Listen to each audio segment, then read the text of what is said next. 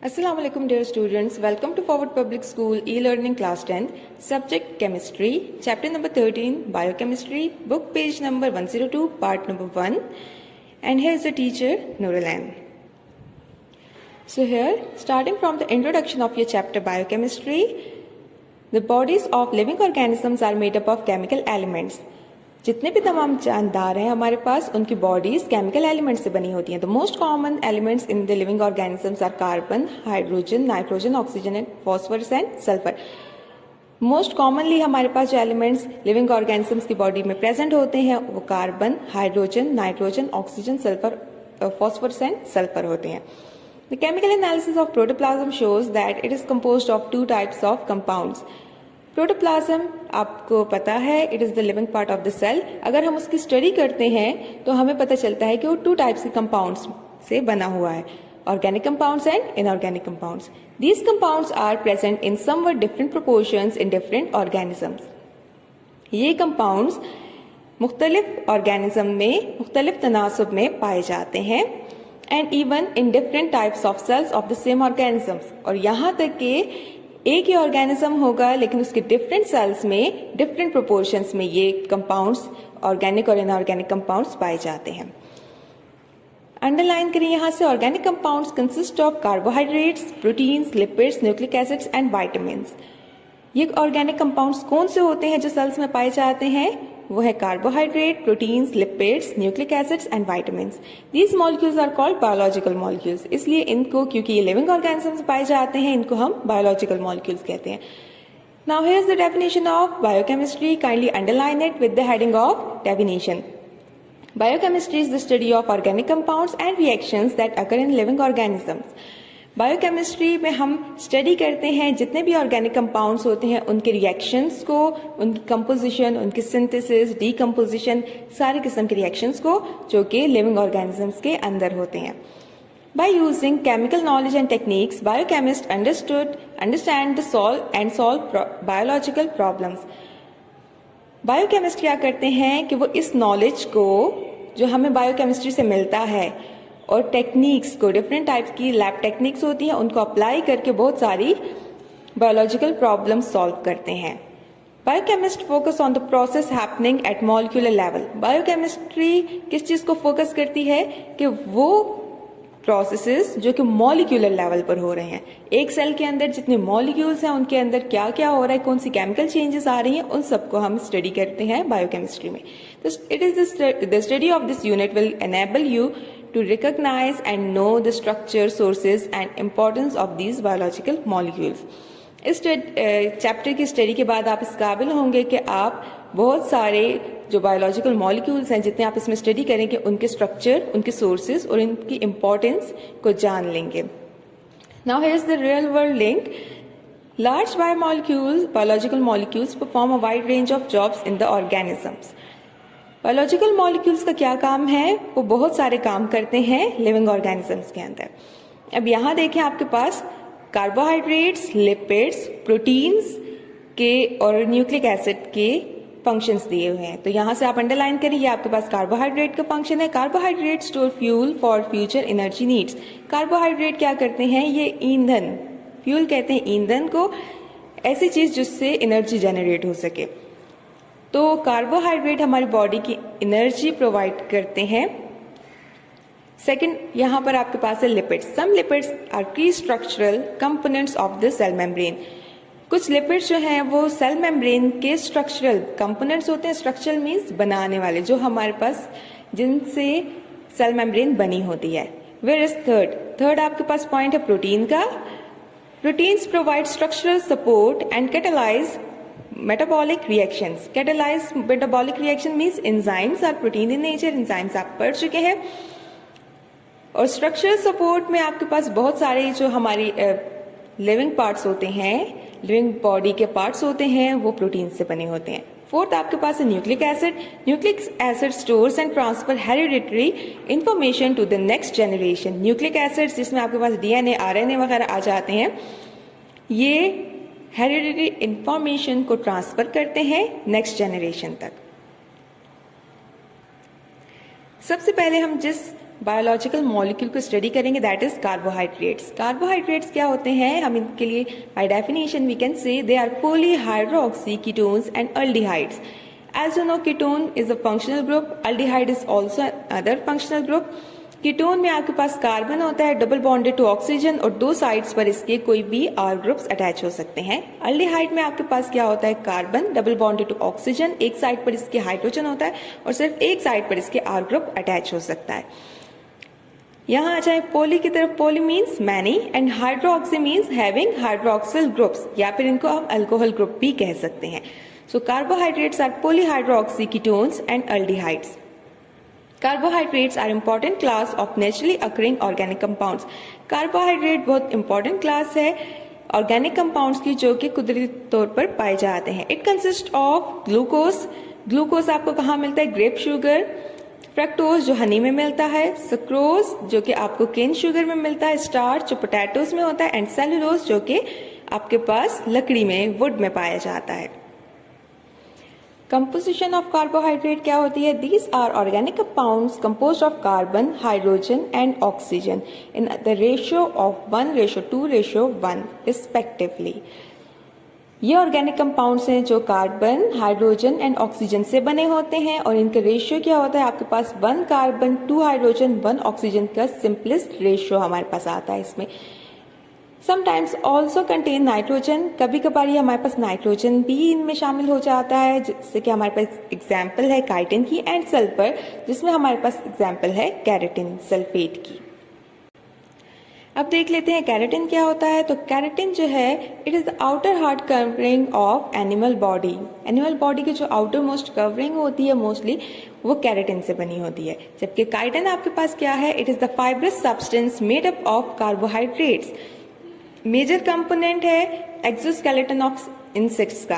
Insects में आपको पता है उनके अंदर आउटर स्केलेटन होता है जिसको हम एक्सोस्केलेटन कहते हैं, उनके अंदर स्केलेटन नहीं होता। तो ये जो आउटर स्केलेटन बना होता है इसको एक्सोस्केलेटन बोलते हैं, और इंसेक्ट्स का काइटिन से बना होता है। काइटिन क्या चीज है, that is the carbohydrate and fibrous substance होता है, कार्बोहाइड्रेट से बना हुआ। इसके बाद आ जाए, हेडिंग दीजिए general formula. They have the general formula of CnH2ON, where N is take the value of either 3 or greater than 3. अब इसका क्या मतलब है कि हमारे पास जितने भी कार्बोहाइड्रेट्स हैं उनका जनरल फॉर्मूला ये होता है, काइंडली अंडरलाइन दिस लाइन। और यहाँ पर n का क्या मतलब है कि हमारे पास कोई भी कार्बन नंबर हो सकता है 3, 4, 5 एंड सो ऑन, लेकिन 3 से कम नहीं हो सकता। 3 से कम इसलिए नहीं होता कि यहाँ देखें they exist in ring form, so carbon number must be 3 और ग्रेटर देन 3। रिंग फॉर्म में अगर हम 2 कार्बन एटम्स को रिंग फॉर्म में कन्वर्ट करना चाहें तो वो रिंग नहीं बना सकते, जबकि हमारे पास 3 कार्बन एटम्स इजीली रिंग बना सकते हैं। सो इसलिए हमारे पास जो कार्बोहाइड्रेट्स हैं वो रिंग फॉर्म में एग्जिस्ट करते हैं, तो इनका कार्बन नंबर 3 या 3 से ज़्यादा होना चाहिए। जिन कंपाउंड्स में हाइड्रोजन ऑक्सीजन मौजूद होगा लेकिन कार्बन का नंबर 3 से कम होगा तो उनको हम कार्बोहाइड्रेट्स में कंसिडर नहीं करते। Now we have the definition according to modern definition. Kindly underline this definition and give the heading of definition. Carbohydrates are macromolecules. Macromolecules, they are larger in size, that's why they are called as macromolecules of polyhydroxy aldehyde or ketones. Poly, many, hydroxy having hydroxyl group, and aldehyde or ketonic functional group may be present. These substances have hydroxy and aldehyde और ketone functional group. अब इसमें हमारे पास backbone जो बनी होती है it is made up of carbon, hydrogen and oxygen. Carbohydrates are usually referred as saccharides. Carbohydrates को हम सैकराइड्स भी बोलते हैं।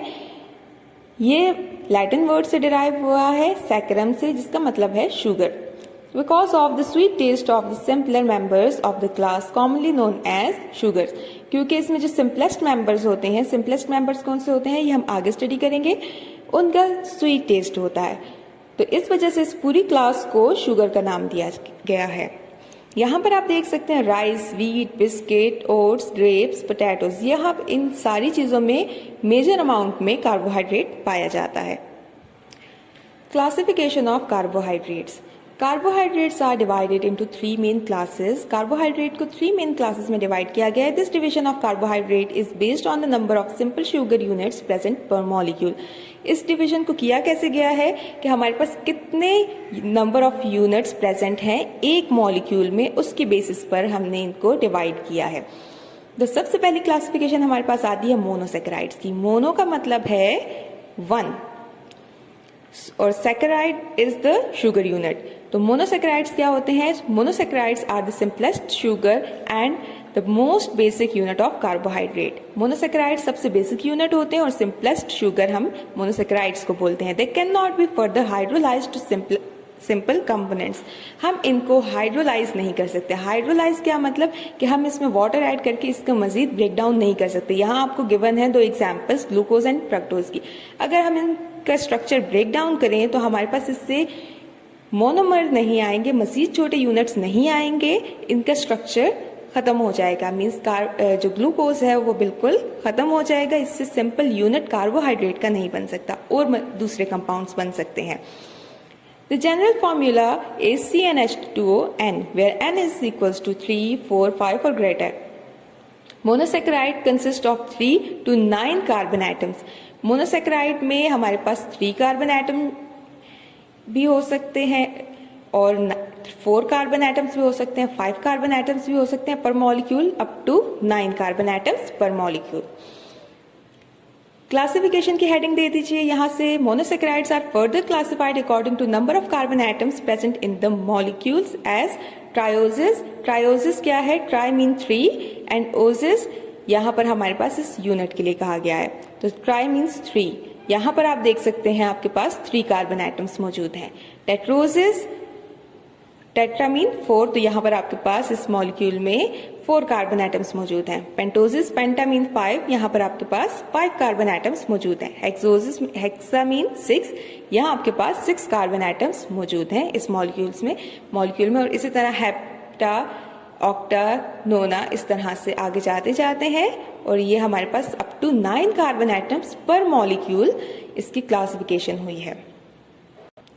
अब यहाँ पर आप देख सकते हैं ये ग्लूकोज है और ये फ्रक्टोज। दोनों में 6 कार्बन एटम्स मौजूद हैं, दोनों में 12 हाइड्रोजन एटम्स मौजूद हैं और दोनों में 6 ऑक्सीजन एटम्स भी मौजूद हैं। So they have the same molecular formula, but क्योंकि इनका स्ट्रक्चर डिफरेंट है, यहाँ आप देख सकते हैं यहाँ पर एल्डिहाइडिक फंक्शनल ग्रुप अटैच है और यहाँ पर कीटोनिक फंक्शनल ग्रुप अटैच है।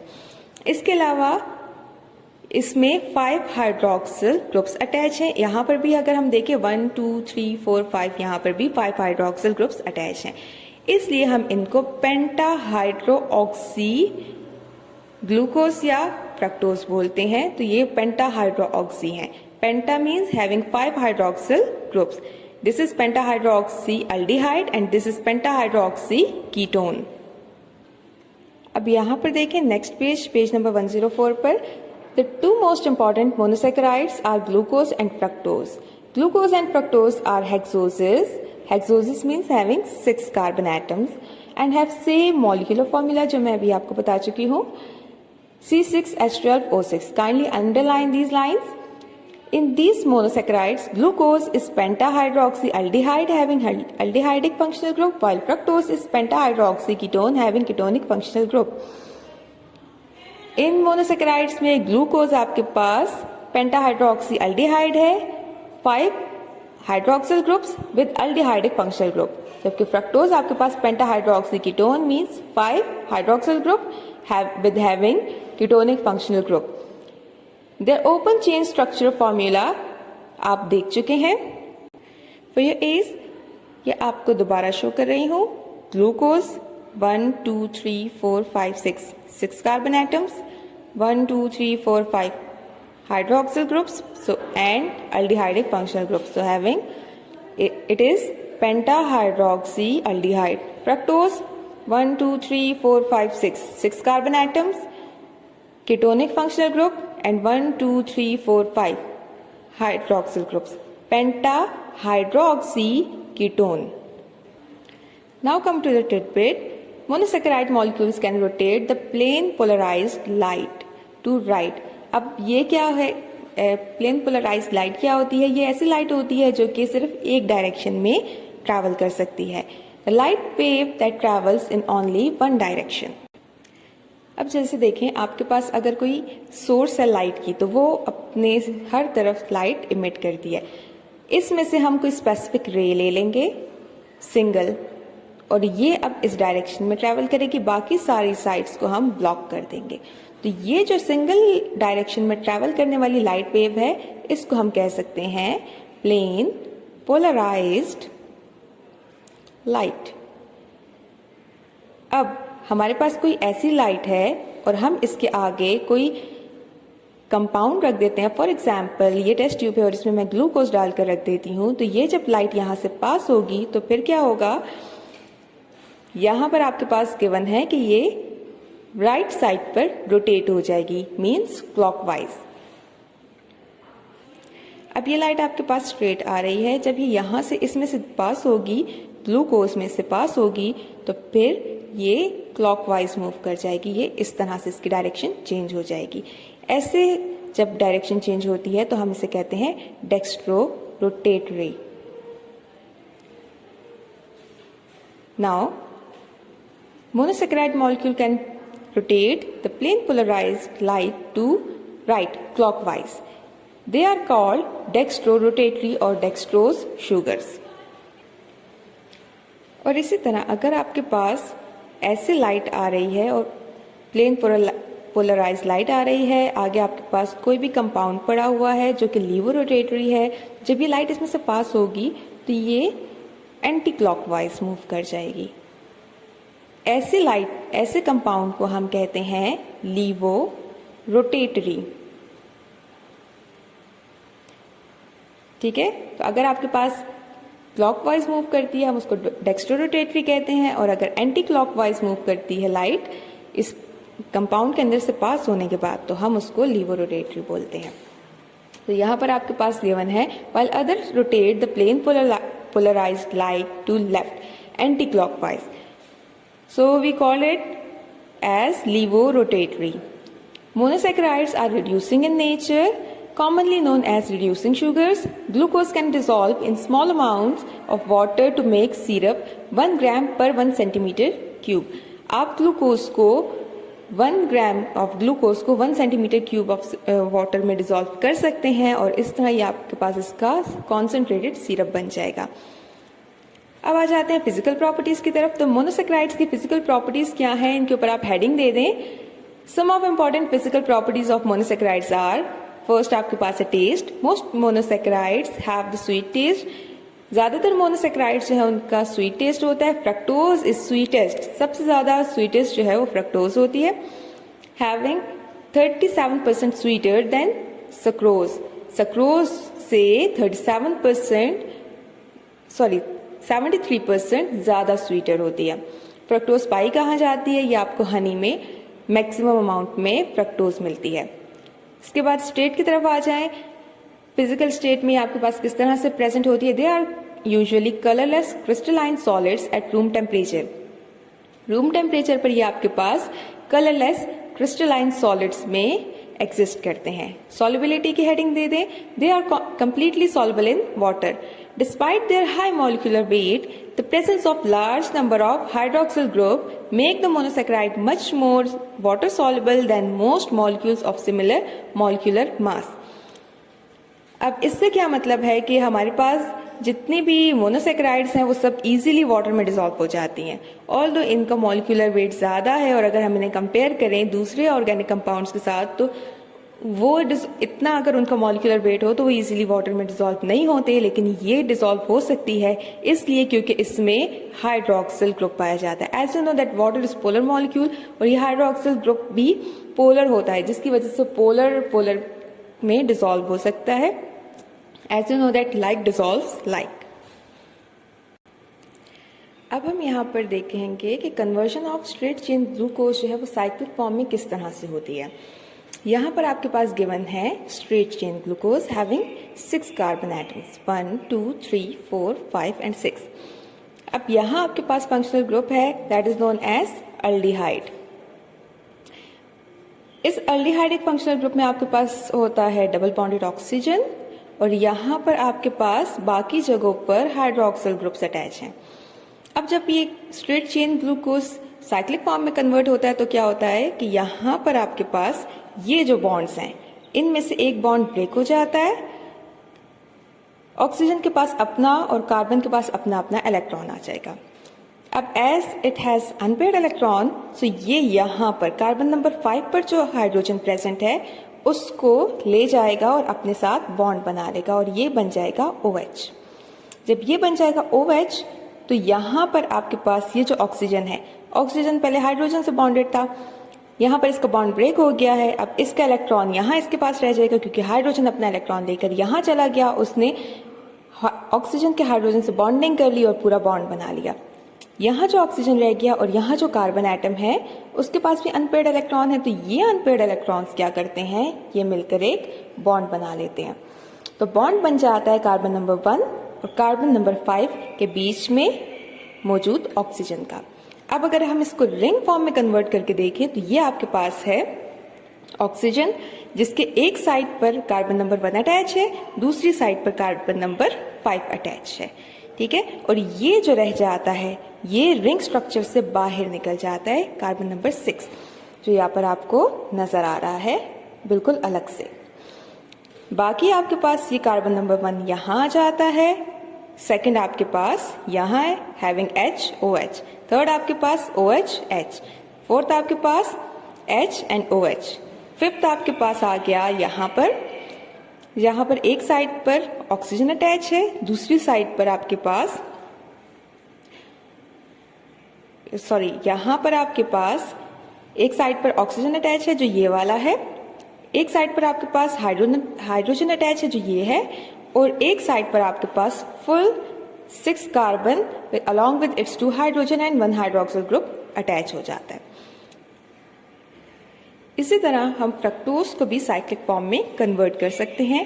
अब यहाँ पर क्या होता है कि हमारे पास कीटोनिक फंक्शनल ग्रुप अटैच होता है, तो कीटोन जो है यहाँ पर जो फंक्शनल ग्रुप का कार्बन एटम है it is attach to 2 alkyl groups R groups. So यहाँ ये मिड पॉइंट में होता है, यहाँ पर भी उसी तरह आपके पास प्रोसेस होगा, कार्बन और ऑक्सीजन के बीच में बॉन्ड ब्रेक हो जाएगा, यहाँ पर कार्बन नंबर 5 यहाँ पर जो हाइड्रोक्सिल ग्रुप अटैच है ये हाइड्रोजन यहाँ से इस ऑक्सीजन के पास चला जाएगा और ये बना लेंगे OH। यहाँ पर जो बॉन्ड ब्रेक हुआ है इसका ऑक्सीजन कार्बन का इलेक्ट्रॉन और ऑक्सीजन का इलेक्ट्रॉन ये दोनों मिलकर एक और बॉन्ड बना लेंगे जो आपको यहाँ पर शो हो रहा है। This bond is form between carbon number 2 and carbon number 5। यहाँ पर अगर आप देखें तो ऑक्सीजन के एक साइड पर कार्बन नंबर 2 है और दूसरी साइड पर कार्बन नंबर 5 अटैच है। अब यहाँ पर ये जो फर्स्ट कार्बन एटम है along with its 2 hydrogen and 1 hydroxyl group ये चला जाता है हमारे पास कार्बन नंबर 2 के साथ अटैच हो जाता है एक साइड पर, और दूसरी साइड पर इसके ये जो OH ग्रुप बना है ये अटैच हो जाएगा। फिर हमारे पास कार्बन नंबर 3 आ गया having H, OH, 4 OH and H।